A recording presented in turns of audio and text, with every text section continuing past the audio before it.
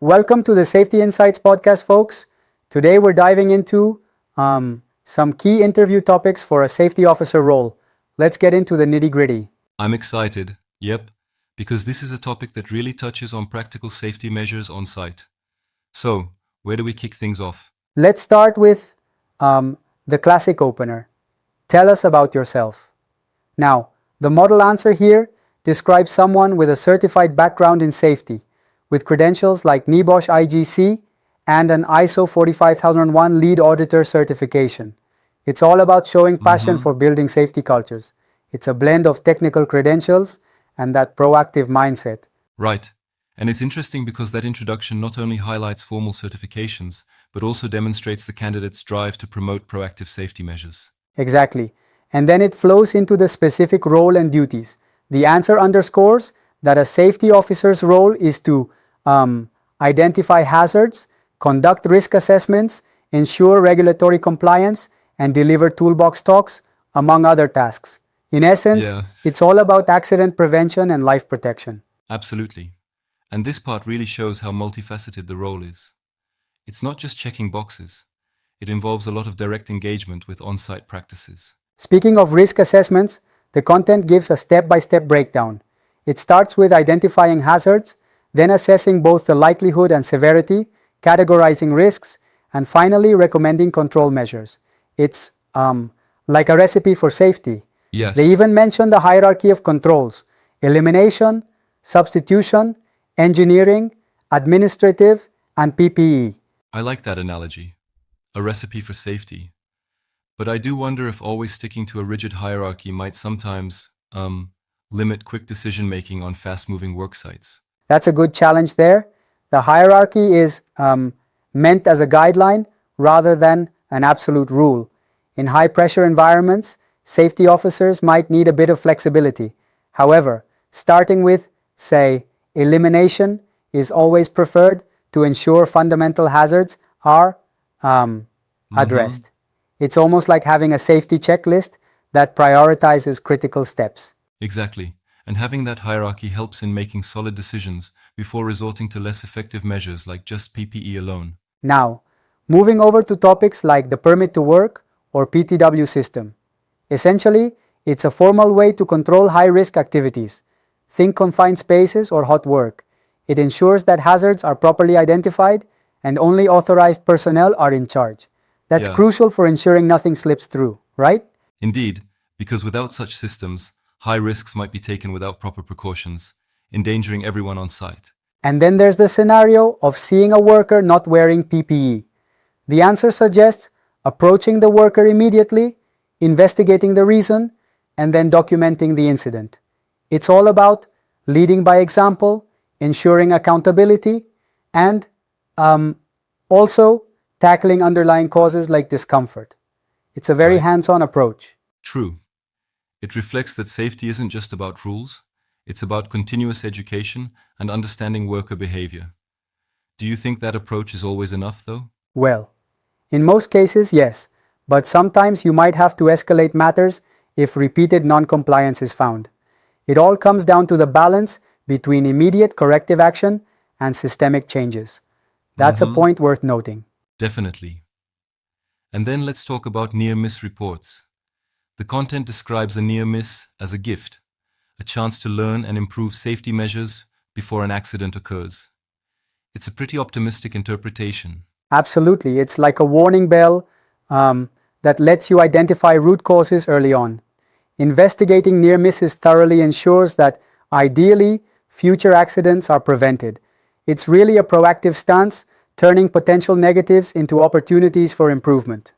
It almost feels like finding silver linings in otherwise dangerous situations. And that idea of sharing lessons learned during toolbox talks highlights how essential communication is on site. Speaking of toolbox talks, the content stands by keeping them short yet interactive, around 5 to 10 minutes. The idea is to focus on relevant topics like working at height or electrical safety, and even incorporate visual aids and real incidents. They emphasize the importance of recording attendance and engaging workers actively. I agree. Interactive talks probably stick better than long monologues. However, sometimes I'd argue that the format might get repetitive if the topics aren't varied enough. That's a fair point.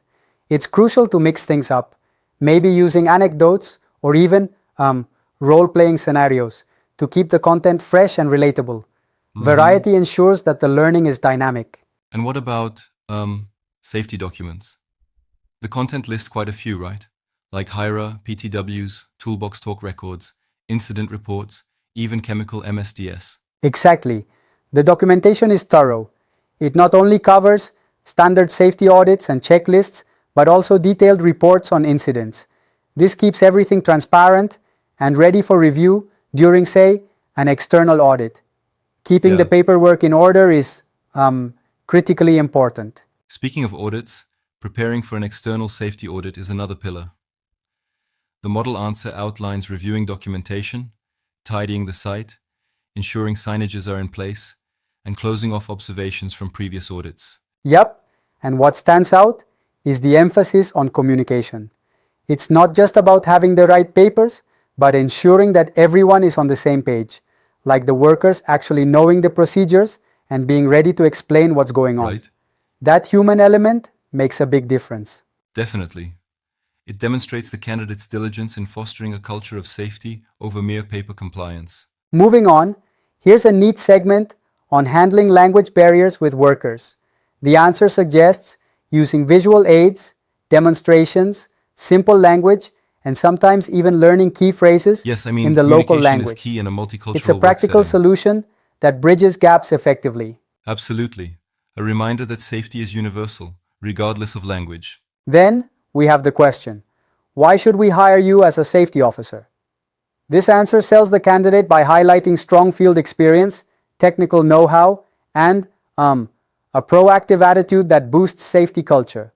It's all about showing you're not just ticking boxes, but genuinely reducing incidents. And that's a strong selling point. Proving that you've been instrumental in lowering incident rates in past projects really sets you apart. Next up, we have the scenario where an engineer insists on continuing unsafe work. The answer is straightforward. Stop the work immediately, explain the risks, and escalate the matter if needed. It stresses that the safety officer's duty is to protect lives, not to please engineers. Yes. That's a critical, albeit challenging responsibility. Exactly. It sometimes places the safety officer in a tough spot, balancing assertiveness with collaboration. And finally, the closing reminder. Stay updated by following leading bodies like OSHA, NEBOSH, and ISO. Continuous learning through webinars and safety bulletins is key. It reinforces that safety is an ever-evolving field. You can't afford to be complacent when new risks emerge. It's like a never-ending cycle of learning and adapting. So, in essence, the content is a very comprehensive guide to what it takes to ace a safety officer interview, right? Exactly. It touches on every major area, from personal introductions and duty descriptions to detailed processes like risk assessments, PTW systems, near-miss investigations, toolbox talks, and emergency response. It's a blueprint for ensuring not only job readiness, but also a deep commitment to a proactive safety culture. It really paints a full picture. Right. I think one of the key themes here is the emphasis on communication, be it through effective toolbox talks, proper documentation, or even handling language barriers. That's something every safety officer really needs to master. Absolutely, communication and thorough documentation go hand in hand. They're the backbone of safety protocols. And it's interesting how the content transforms potential negatives like near misses into, learning opportunities.